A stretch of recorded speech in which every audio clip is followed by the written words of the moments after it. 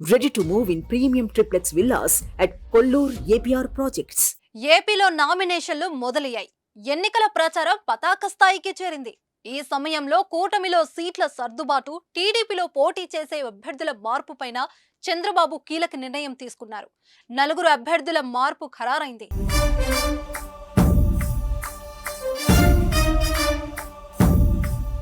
రఘురామరాజును ఉండి నుంచి బరిలోకి దింపాలని చంద్రబాబు నిర్ణయించారు.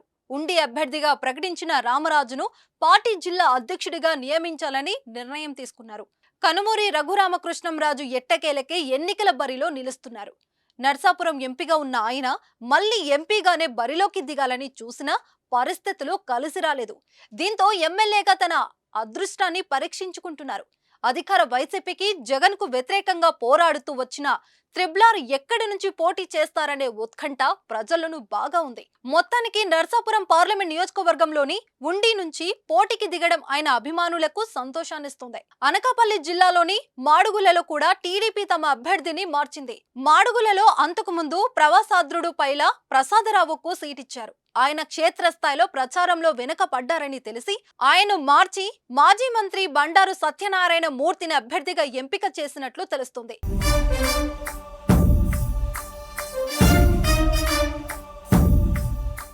శ్రీ సత్యసాయి జిల్లా మడగసిరలో ప్రస్తుత అభ్యర్థి అనిల్ కుమార్ను మార్చాలని నిర్ణయించారు. ఆయన అభ్యర్థిత్వాన్ని మాజీ ఎమ్మెల్సీ తిప్పేస్వామి వర్గం గట్టిగా వ్యతిరేకిస్తుంది.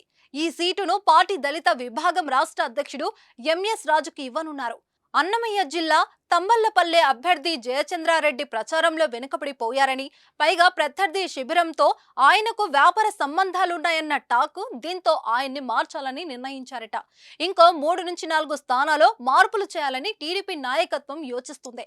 కడప జిల్లా కమలాపురం, తిరుపతి జిల్లా వెంకటగిరిలో పార్టీ ఇన్ఛార్జీలకు బదులు వారి పిల్లలకు టికెట్లు ఇచ్చారు. ఈ 2 చోట్ల తిరిగి వారి తండ్రులకే ఇస్తే బాగుంటుందని టీడీపీ అధిష్టానానికి సూచనలు వచ్చాయి. దీంతో మార్పులపైన చంద్రబాబు తుది నిర్ణయం ఏంటనేది ఉత్కంఠ పెంచుతుంది. చూద్దాం మరి ఏం జరుగుతుందో.